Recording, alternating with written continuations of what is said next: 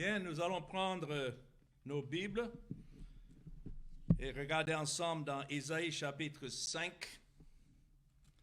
C'est mon texte d'aujourd'hui du verset 1 jusqu'au verset 7. Notre texte c'est Ésaïe chapitre 5 du verset 1 jusqu'au verset 7. Et le titre de notre étude c'est La vigne du Seigneur.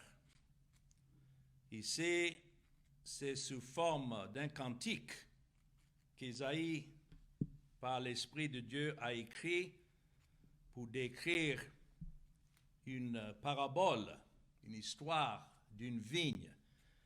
C'est comme le Seigneur Jésus lui-même utilisait souvent les paraboles pour enseigner. Et comme lui-même il a dit, c'est afin que ceux qui sont dehors, en entendant, ne comprennent pas. Mais pour ceux qui sont en Christ, en écoutant la parabole, qu'ils comprennent. Donc, ce sont des histoires spirituelles tirées des exemples de la vie que nous pouvons comprendre, mais cela ne veut pas dire nécessairement que, puisque c'est une simple histoire, les gens peuvent comprendre. C'est comme la parole de Dieu. Il faut que l'Esprit de Dieu ouvre le cœur pour qu'il y ait la compréhension. Et c'est ma prière même dans cette leçon, que le Seigneur nous ouvre nos cœurs pour que nous puissions comprendre la leçon qu'il y a ici concernant la vigne du Seigneur. Mais lisons ce passage, ça commence dans le verset 1, Ésaïe dit « Je chanterai à mon bien-aimé le cantique de mon bien-aimé sur sa vigne. Mon bien-aimé avait une vigne sur un couteau fertile. Il en a remué le sol, ôta les pierres et y mit un plante délicieux. Il bâtit une tour au milieu d'elle et il y creusa aussi une cuve. Puis il espéra qu'elle produirait de bons raisins, mais elle en a produit de mauvais.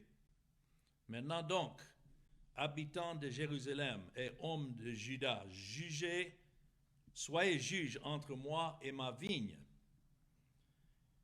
Qu'avait-il encore à faire à ma vigne que je n'ai pas fait pour elle? Pourquoi, quand j'ai espéré qu'elle produirait de bons raisins, en a-t-elle produit de mauvais? Je vous dirai maintenant ce que je vais faire à ma vigne.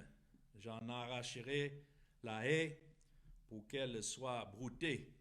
J'en abattirai la clôture pour qu'elle soit foulée aux pieds. Je la réduirai en ruine. Elle ne sera plus taillée ni cultivée. Les ronces et les épines y croîtront, et je donnerai mes ordres aux nuées, afin qu'elles ne laissent plus tomber la pluie sur elle. La vigne de l'Éternel des armées, c'est la maison d'Israël, et les hommes de Juda, c'est le plan qu'il chérissait. Il avait espéré de la droiture, et voici du sang versé, de la justice, et voici des cris de détresse. Alors c'est une manière pour Dieu de préparer le peuple d'Israël pour le jugement qui devait arriver. Dans le contexte historique, il s'agissait de l'armée de Nebuchadnezzar, de Babylone, qu'en peu de temps, Dieu devait susciter pour venir dans le pays et ravager le pays et le temple. Donc, sous forme de cette parabole, Ésaïe annonce le jugement à venir et donne raison pour le jugement. S'il y en a qui se posaient la question, mais comment est-ce que Dieu pouvait faire ainsi avec le pays d'Israël? Et comme le verset 7 nous dit, c'est certain que cette parabole concerne la maison d'Israël et les hommes de Juda. c'est le plan qu'il chérissait. Cela démontre que Dieu avait séparé auparavant ce peuple d'Israël et l'avait planté dans le pays promis, mais malgré le temps qui a passé depuis ce temps jusqu'à maintenant, certains croient qu'il y avait déjà 500 ans qui avaient passé, que le pays n'avait pas produit des fruits à l'Éternel, dans le sens d'adorer le Seigneur selon ce qu'il avait prescrit. Mais le pays, pour chasser et chercher les manières des pays qui les entouraient et avaient adopté leur forme d'idolâtrie au lieu de rester selon les préceptes de l'Éternel. Parce qu'il faut savoir que d'abord le tabernacle et puis ensuite le temple, les sacrificateurs, les sacrifices, tout cela était une image du Seigneur Jésus-Christ et du moyen du salut que Dieu a ordonné pour son peuple en Jésus-Christ. Mais en fait, Israël avait abandonné cette voie de l'Éternel pour poursuivre leur propre voie. Comme ici c'est décrit une vigne qu'au lieu de bons raisins avait produit de mauvais.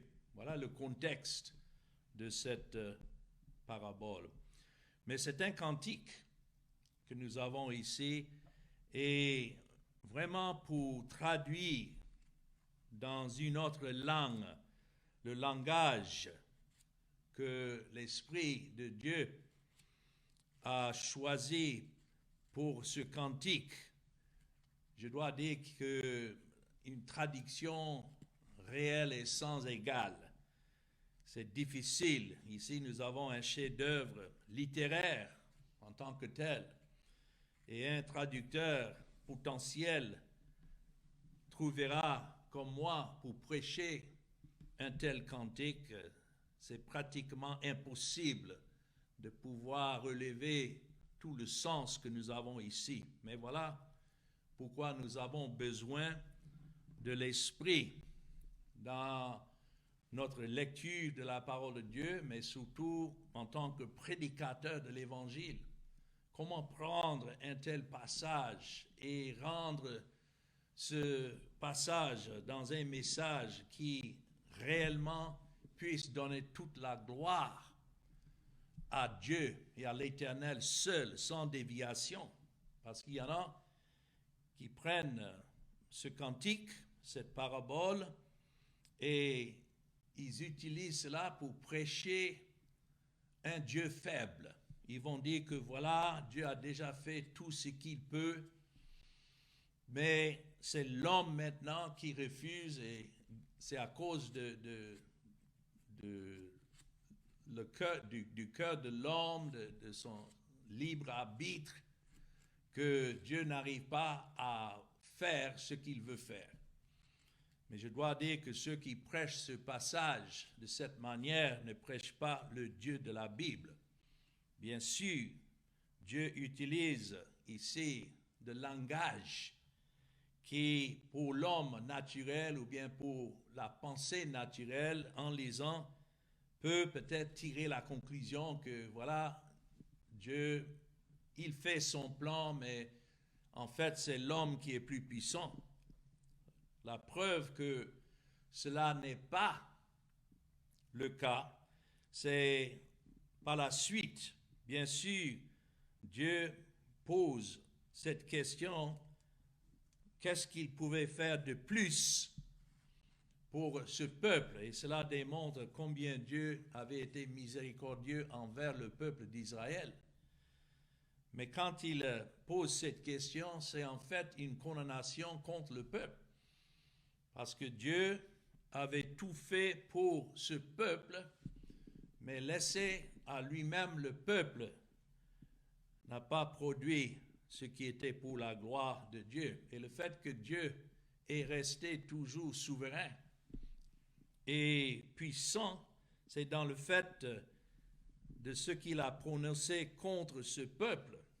Dans le verset 5, « Je vous dirai maintenant ce que je vais faire à ma vigne. » Et puis, il démontre non seulement sa puissance de pouvoir détruire la vigne, mais aussi son autorité. Parce que, quelle que soit la situation, la vigne restait toujours à l'Éternel, de faire avec elle ce qu'il voulait.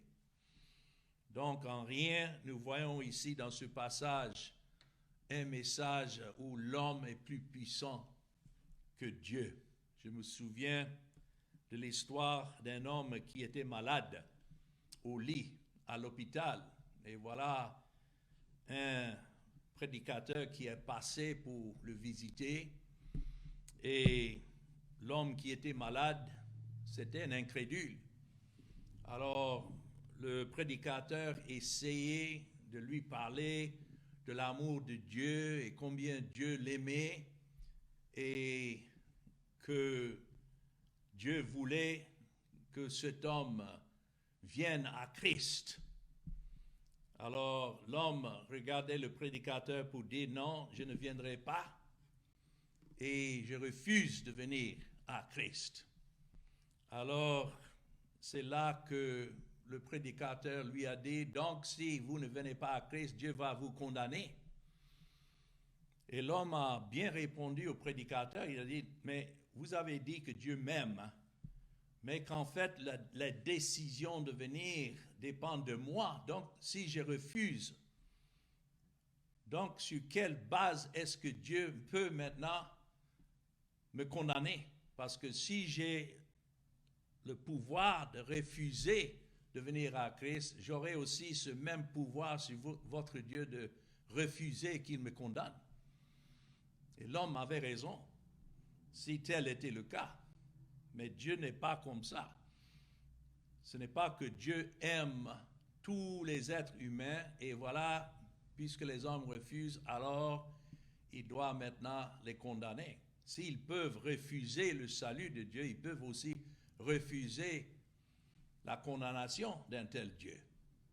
Donc ici, dans ce cantique que nous avons dans Ésaïe 5, c'est de nous montrer d'abord l'histoire d'Israël et comment Israël a échoué en tant que peuple, mais en même temps la puissance de Dieu en suscitant de ce peuple. Parce que lorsque Babylone est venue conquérir le pays d'Israël, ce n'était pas tout ce qui était alors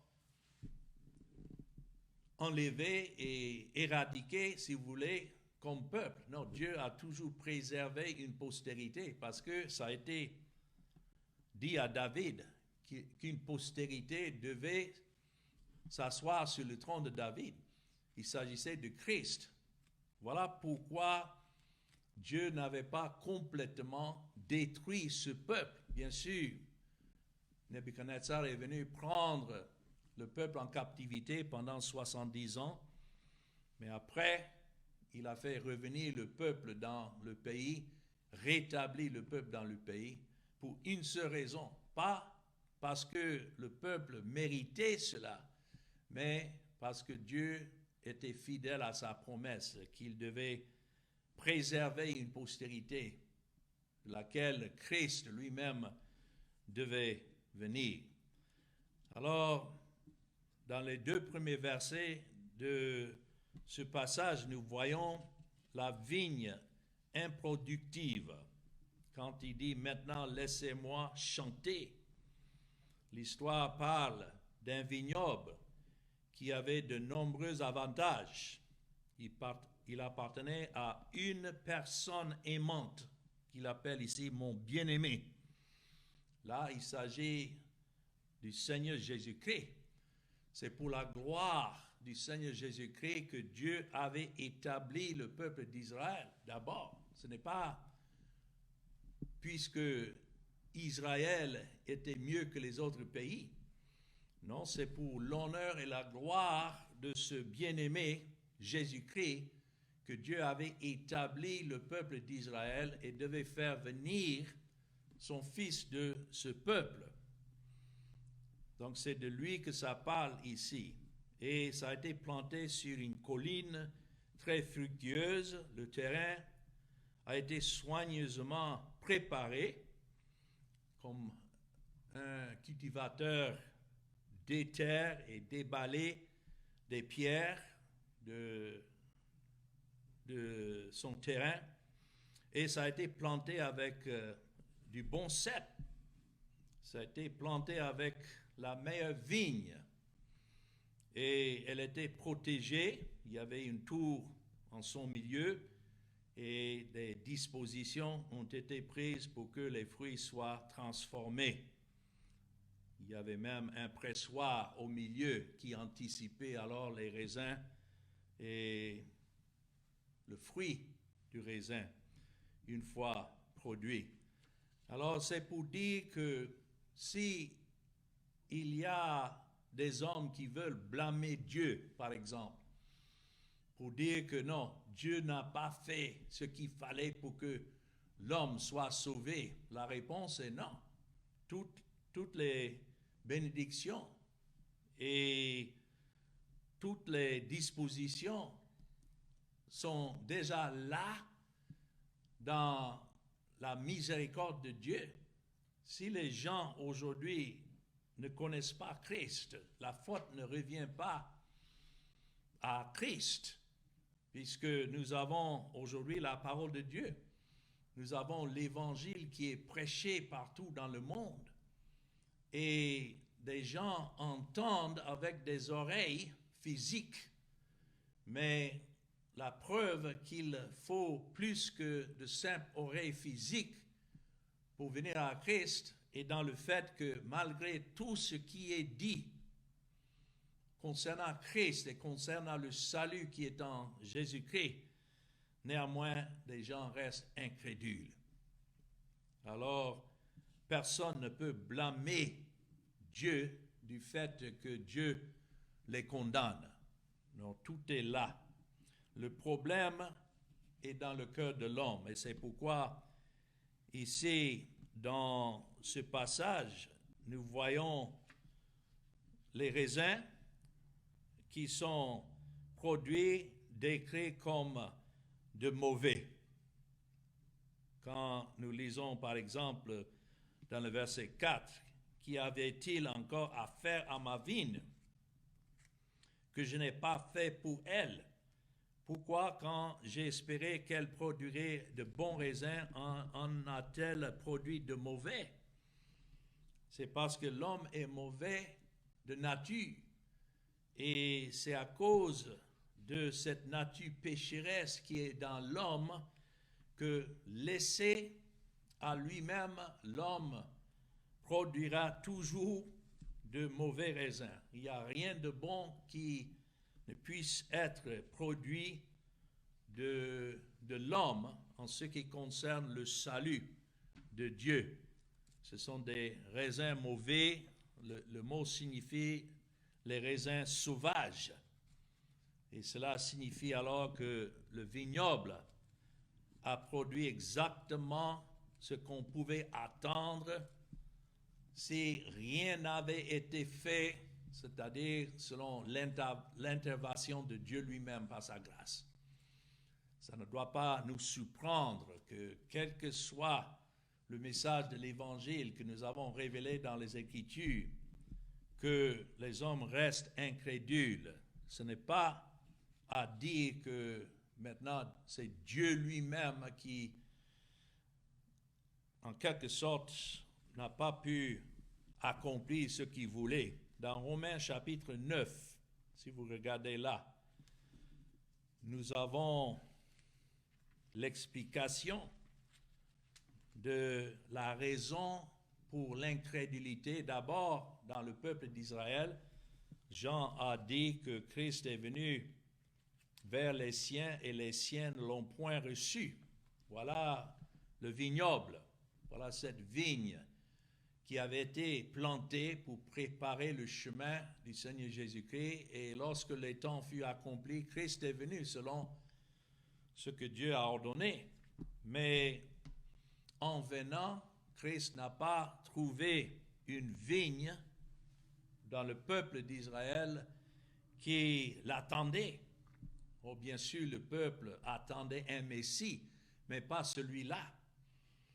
Et donc, Paul, ici, démontre clairement la raison. Et c'est pourquoi je disais au début, le point clé de cette parabole n'est pas que l'homme, en fin de compte, est plus puissant que Dieu, son incrédulité peut empêcher Dieu de faire quoi que ce soit. Non. Lisons ici dans Romains 9, qui fait la différence? Pourquoi il y a une vigne qui, en effet, produit à la gloire de Christ, et pourquoi est-ce qu'il y a une vigne qui ne produit pas? Ici, Paul dit dans Romains 9, verset 1, « Je dis la vérité en Christ. Je ne mens point, ma conscience m'en rend témoignage par le Saint-Esprit. J'éprouve une grande tristesse et j'ai dans le cœur un chagrin continuel, car je voudrais moi-même être anathème et séparé de Christ pour mes frères, mes parents, notons, selon la chair. » Quand Paul dit ici, je voudrais moi-même être anathème et séparé de Christ pour mes frères et mes parents selon la chair, il est en train de décrire ce qu'il était auparavant, comme eux. Il n'est pas en train de dire, non, mais s'il pouvait lui-même être condamné pour qu'il soit sauvé. Non, ça c'est impossible. Il n'y a qu'un seul substitut qui peut sauver le peuple, et c'est Christ. Mais ici, il est en train de rendre témoignage que, quelle que soit leur incrédulité, ils comprenaient cette incrédulité parce qu'ils étaient comme eux auparavant, anathème et séparés de Christ pour ses frères, comme ses frères, ses parents selon la chair. Et il avoue ici dans le verset 4 qui sont Israélites, à qui appartiennent l'adoption et la gloire, et les alliances et la loi et le culte, et les promesses et les patriarches, et de qui est issu selon la chair le Christ. Donc quand il parle ici d'Israélites à qui appartenait l'adoption, la gloire, les alliances et la loi, le culte, il est en train de dire la même chose qu'Ésaïe. Quel privilège est-ce que le peuple d'Israël, selon la chair, n'avait pas? Décrit là comme un champ, un terrain qui était sur un couteau fertile et remuer le sol, ôter les pierres ôtées et y planter comme un plant délicieux, une tour bâtie qui représente, je crois, le temple qui était au milieu d'eux. Tout cela, ils avaient. Mais ce n'était pas, puisque Israël méritait cela, c'était, comme c'est écrit ici, afin que de ce peuple et de ses promesses et de ses patriarches soit issu selon la chair qui? Le Christ. Et notons, qui est au-dessus de toutes choses, Dieu béni éternellement. Amen. Donc même si le peuple d'Israël ne l'avait pas reçu, cela ne changeait en rien le fait que cette vigne appartenait à Christ. Et c'était à lui de faire de cette vigne ce qu'il voulait. Si ce n'était pas de récolter des fruits de cette vigne, alors de détruire cette vigne. Et c'est en effet, effectivement, ce qui s'est passé dans les années 70 après Christ. Dieu a suscité l'armée romaine de venir contre la ville de Jérusalem et a détruit le temple une fois pour toutes. Jusqu'à aujourd'hui, les ruines existent là-bas. Comme ça a été le cas au temps d'Ésaïe, quand Dieu a suscité les Babyloniens pour détruire cette vigne. Mais néanmoins, la puissance, la gloire et l'honneur revient à Christ. Il est toujours au-dessus de toutes choses. Et il est lui-même Dieu béni éternellement. Amen. Que les gens l'écoutent ou pas, que les gens le reçoivent ou pas. Et voilà dans le verset 6 le point que je voudrais que nous voyons, parce que nous avons lu cela dans Ésaïe 5, où Dieu a posé la question que je n'ai pas fait pour elle. Ce n'est pas comme Dieu se plaint maintenant, mais c'est en fait de démontrer davantage combien le cœur de ceux-là était endurci. Mais en ce qui concerne Dieu, vous voyez comme Paul le dit ici dans Romains 9, 6, ce n'est point à dire que la parole de Dieu soit restée sans effet. Voilà comment certains interprètes naturels veulent comprendre cette parabole de la vigne de l'Éternel pour dire, ah, mais voilà, c'est pour dire que la parole de Dieu est restée alors sans effet. Mais voilà la différence. Notons, il dit, car tous ceux qui descendent d'Israël ne sont pas Israël.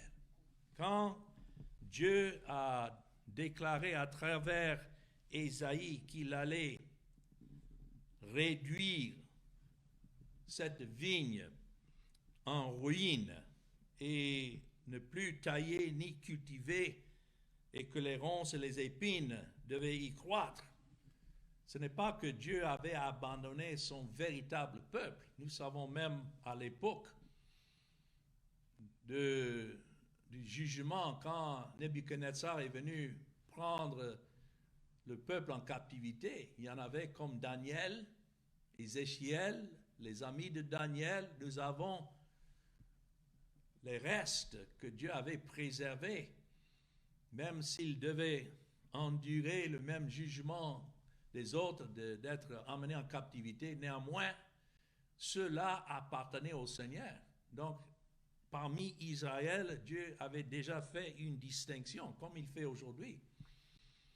Parmi un monde religieux qui a la parole de Dieu, la même parole que nous lisons, mais ce n'est pas tous qui sont au Seigneur. Peut-être que d'autres les regardent et disent, ah voilà, ils sont des chrétiens, mais pourtant ils suivent d'autres voies. Ceux-là ne sont pas des chrétiens.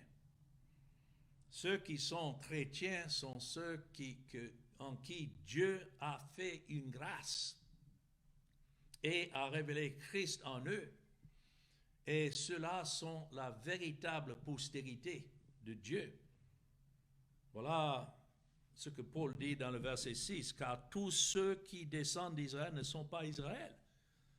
Donc, qui est d'Israël? Qui est le véritable Israël de Dieu aujourd'hui?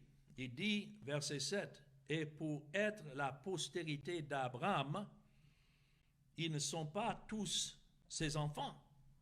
Il y a beaucoup de postérités d'Abraham qui ne sont pas les véritables enfants de Dieu, même parmi les Juifs qui se réclament même aujourd'hui d'être postérité d'Abraham. Même les musulmans réclament être postérité d'Abraham, mais cela ne veut pas dire alors qu'ils sont en Christ. Il dit, en Isaac sera nommé pour toi une postérité. En Isaac. Donc, Isaac était de la postérité d'Abraham, et quand ça dit en Isaac, cela ne veut pas dire que tous les descendants d'Isaac alors étaient postérités, mais il parle là de Christ. Il dit dans le verset 8, c'est-à-dire que ce ne sont pas les enfants de la chair qui sont enfants de Dieu, mais que ce sont les enfants de la promesse qui sont regardés comme la postérité. Et voici en effet la parole de la promesse. Je viendrai à cette même époque et Sarah aura un fils, et de plus, il fut ainsi de Rebecca, qui conçut du seul Isaac notre père. Mais notons verset 11, car quoique les enfants ne fussent pas encore nés, et qu'ils n'eussent fait ni bien ni mal, afin que le dessein d'élection de Dieu subsistât, sans dépendre des œuvres, et par la seule volonté de celui qui appelle, il fut dit à Rebecca, l'aîné sera assujetti au plus jeune, selon qu'il est écrit, j'ai aimé Jacob et j'ai haï Isaïe. Qui a fait la différence? C'est Dieu lui-même. Donc, quoique cette vigne, en fin de compte, Dieu l'avait condamné. Ça représente, comme nous avons déjà vu dans le verset 7, le peuple naturel, les descendants naturels d'Abraham. Mais cela ne veut pas dire alors que Dieu a échoué en ce qu'il a établi. Non.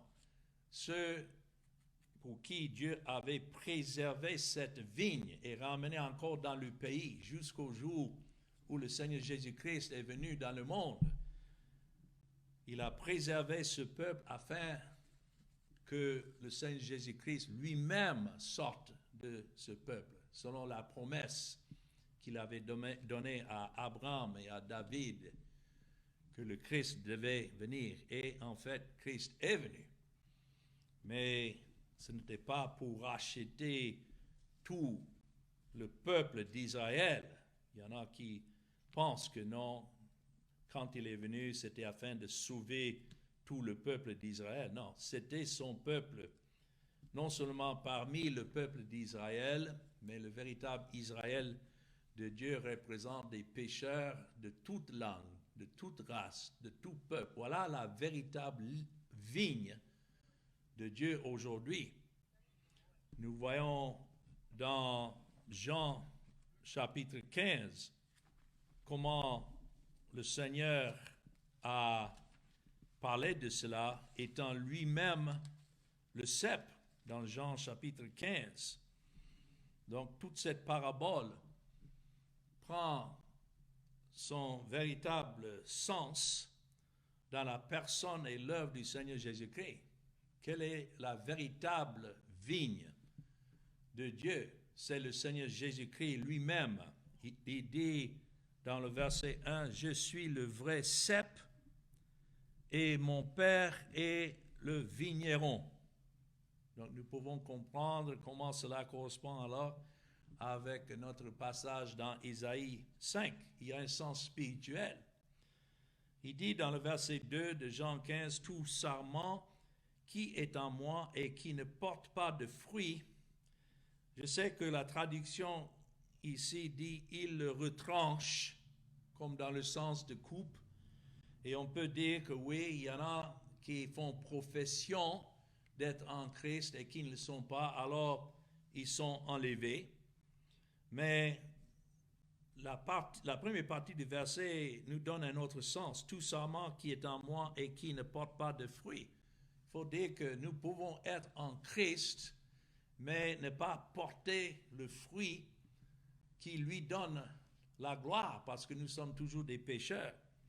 Et le mot retranché dans l'original est en fait, il le relève. C'est comme une branche qui est pendue vers le sol. Et à cause de cela, quand le vigneron vient et il regarde l'état de cette plante, il relève cette branche, il soutient, il pousse cette branche en haut pour que maintenant ça puisse porter du fruit. Voilà le soin que Dieu a pour chacun qui est en Jésus-Christ. Aucun n'est laissé à lui-même. Alors je crois que c'est dans ce sens que nous devons comprendre. Et alors, tout sarment, verset 2, qui porte du fruit, parce que c'est sûr, où Dieu a ordonné à ce que ses enfants portent du fruit, ses enfants portent du fruit. Voilà l'œuvre de l'Esprit. Ce n'est pas à dire que le fruit, c'est la perfection, non. Mais le désir du cœur, c'est de glorifier Christ en toutes choses, de rendre la gloire à Christ en toutes choses. Voilà le fruit, en donnant la gloire en toutes choses à Christ, dans le salut, dans la rédemption, dans la justification, la sanctification. C'est Christ qui est glorifié. Et tout sarment qui porte du fruit, il l'immonde, afin qu'il porte encore plus de fruits. Aucun de nous ne puisse dire qu'il a déjà rendu à Christ toute la gloire qu'il peut. Non. Nous pouvons toujours en rendre davantage la gloire. puisqu'ils méritent cette gloire.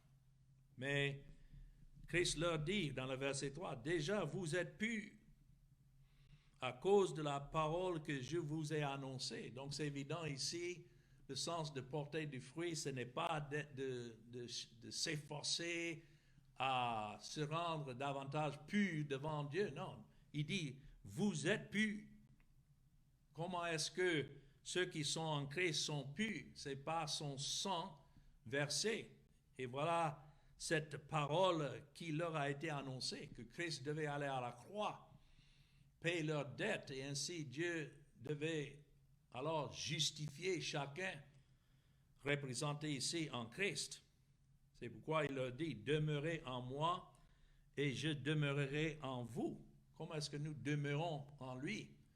C'est de ne pas regarder de droite à gauche ou ailleurs pour chercher autre moyen, soit du salut ou bien de sanctification. Voilà ce que beaucoup prêchent aujourd'hui. Il faut se sanctifier davantage. Non, nous ne pouvons pas être plus sanctifiés que ce que nous sommes déjà, mis à part déjà en Christ. Comme le sarment ne peut de lui-même porter du fruit, notons bien, s'il ne demeure attaché au cep, comment est-ce que nous demeurons en Christ? Comment ça se fait que nous rendons la gloire à Christ en toutes choses? C'est du fait que nous sommes toujours attachés au cep, puisque le sarment ne peut de lui-même porter du fruit. Cela nous démontre encore que en rien l'homme contribue à son salut, comme le fruit qui est produit par le cep et le sarment. Ce n'est pas le fruit lui-même qui fait quoi que ce soit. Mais en est-il que le sarment ne peut de lui-même porter du fruit s'il ne demeure attaché au cep. Ainsi, vous ne le pouvez non plus si vous ne demeurez en moi. Notre salut, notre rédemption, notre sanctification, notre justification est du fait que nous sommes en Christ. C'est tout. Toute la gloire revient à Christ. Il dit, je suis le cep, vous êtes les sarments, celui qui demeure en moi et en qui je demeure porte beaucoup de fruits, car sans moi, vous ne pouvez rien faire. Alors nous pouvons revenir dans notre texte, dans Ésaïe chapitre 5, et comprendre alors pourquoi cette vigne ne portait pas du fruit. Bien sûr, il y avait tout que Dieu a fait pour établir cette vigne dans le pays. Dieu avait accompli toutes ses promesses, mais en fait, laissée à elle-même, cette vigne ne pouvait pas produire. Alors, la gloire revient toujours à Dieu dans le fait que s'il y a du fruit, cela ne vient pas de la plante elle-même, mais ça vient de Dieu lui-même. Pour terminer, le Seigneur Jésus-Christ a donné une telle parabole dans Matthieu chapitre 21. Et encore concernant ceux de son jour qui faisaient partie du peuple naturel d'Israël, dans Matthieu 21, et là du verset 33 jusqu'à la fin du chapitre, notons la comparaison entre ce que Christ dit ici et la parabole des vignerons que nous trouvons ici dans Ésaïe chapitre 5. C'est écrit, écoutez, verset 33, écoutez une autre parabole. Il y avait un homme, maître de maison, qui planta une vigne et l'entoura d'une haie. Il creusa un pressoir et bâtit une tour, puis il la ferma à des vignerons et quitta le pays. Alors, lorsque le temps de la récolte fut arrivé, donc vous voyez, c'est d'Ésaïe chapitre 5 que le Seigneur Jésus lui-même tire cette parabole. lorsque le temps de la récolte fut arrivé, il envoya ses serviteurs vers les vignerons pour recevoir le produit de sa vigne. Les vignerons s'étant saisis de ses serviteurs. Ici, le Seigneur est en train de donner cette parabole pour démontrer que ceux de sa génération, quelles que soient les années qui avaient passé, n'avaient pas changé. Qu'ils étaient toujours comme leur père. Les vignerons, s'étant saisis de ses serviteurs, battirent l'un, tuèrent l'autre et lapidèrent le troisième. Il envoya encore d'autres serviteurs, en plus grand nombre que les premiers. Il s'agit ici des prophètes qu'à travers le temps, Dieu avait suscité pour aller vers ce peuple incrédule d'Israël. Et on peut se demander, mais donc pourquoi Dieu ne les avait pas enlevés et détruits entièrement à ce temps-là? Une seule raison, Christ n'était pas encore venu. Il fallait que Dieu préserve cette vigne, quelle que soit la méchanceté des vignerons qui traitaient les prophètes avec dédain et même les tuaient, comme ils ont fait avec Isaïe, comme ils ont fait avec Jérémie. Ces prophètes qu'il avait envoyés, il les avait détruits. Et verset 37 dit, enfin, il envoya vers eux son fils, en disant, ils auront du respect pour mon fils. Voilà, Christ est venu au moment propice annoncé par Dieu. Mais c'est écrit, quand les vignerons virent le fils, ils dirent entre eux, voici l'héritier. Ils ont compris que le Seigneur Jésus, en venant, n'était autre que le Fils de Dieu, mais il ne voulait pas qu'il règne sur eux. Voici l'héritier, venez, tuons-le et emparons-nous de son héritage. Et ils se saisirent de lui, le jetèrent hors de la vigne et le tuèrent. Voilà la prophétie qui était accomplie dans la mort de Christ. Les gens ont pris Christ et l'ont crucifié, faisant leur propre volonté, sans savoir qu'à travers ce sacrifice, Dieu devait sauver son véritable peuple. Encore, ce n'est pas parce que les hommes étaient plus puissants que Dieu, mais même à travers la méchanceté, il a accompli sa volonté. Alors maintenant, verset 40, lorsque le maître de la vigne viendra, que fera-t-il de ces vignerons? Il lui répondit, il fera périr misérablement ces misérables, et il affermira la vigne, notons, à d'autres vignerons. C'est exactement ce qui s'est passé. Ce n'est pas que Dieu a échoué maintenant, que l'œuvre est arrêtée. Non. Au lieu de continuer son œuvre parmi le peuple d'Israël, les Juifs sont à la chair, cette vigne maintenant est donnée à d'autres vignerons, qui sont d'autres vignerons. Ça, c'est nous aujourd'hui. Parmi les païens, qui n'ont pas nécessairement des racines juives, mais à qui Dieu a donné son évangile, d'aller prêcher cet évangile partout dans le monde. Et c'est écrit qu'ils lui en donneront le produit au temps de la récolte. Ce temps dépend toujours de Dieu lui-même. S'il y a une récolte, c'est que c'est Dieu qui l'a voulu. Et il daigne se servir d'autres vignerons.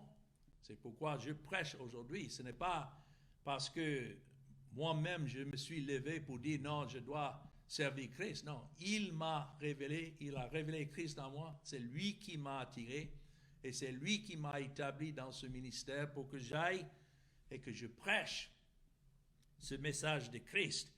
Et c'est ainsi que lui-même, il est en train d'appeler à lui ceux pour qui Christ est mort. Bien sûr, le peuple juif l'avait crucifié, mais en faisant cela, comme Pierre l'a dit dans Actes chapitre 2, son message le jour de Pentecôte, qu'il avait été crucifié selon le dessein arrêté de Dieu, mais que les hommes ont pris et de leurs mains méchantes l'ont crucifié. Alors Jésus leur dit, verset 42, « N'avez-vous jamais lu les Écritures, dans les Écritures, la pierre qu'ont rejeté ceux qui bâtissaient est devenue la principale de l'angle. C'est du Seigneur que cela est venu et c'est un prodige à vos yeux. Ils ont rejeté le Christ, mais en rejetant le Christ, Dieu a pris l'œuvre de Christ, sa crucifixion, sa mort, et a établi et bâti maintenant le fondement où Christ est la principale de l'angle. Et voilà son véritable peuple. C'est pourquoi, verset 43, je vous le dis, le royaume de Dieu vous sera enlevé et sera donné à une nation qui en rendra quoi? Les fruits. C'est ce qu'il avait fait. Il a enlevé ce royaume du peuple des Juifs. Il y en a qui veulent croire que la nation d'Israël reste toujours le peuple de Dieu aujourd'hui. Non, ce sont des gens qui continuent à haïr le Christ de la Bible. Même si vous allez en Israël, vous allez trouver leur dédain pour Jésus de Nazareth. Ils ne veulent rien savoir. Pourtant, Dieu a enlevé ce royaume d'eux et a donné cela à une nation qui en rendra les fruits. Quelle est cette nation? C'est son royaume spirituel, c'est son Israël spirituel.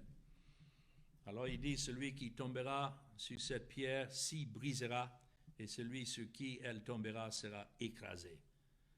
Après avoir entendu ces paraboles, les principaux sacrificateurs et les pharisiens n'ont compris que c'était d'eux que Jésus parlait. Et ils cherchaient à se saisir de lui, mais ils craignaient la foule parce qu'elle le tenait pour un prophète. Oh, quel passage glorieux de savoir comment Dieu agit, non seulement dans le salut, mais dans la condamnation. Alors que son nom soit béni. Amen.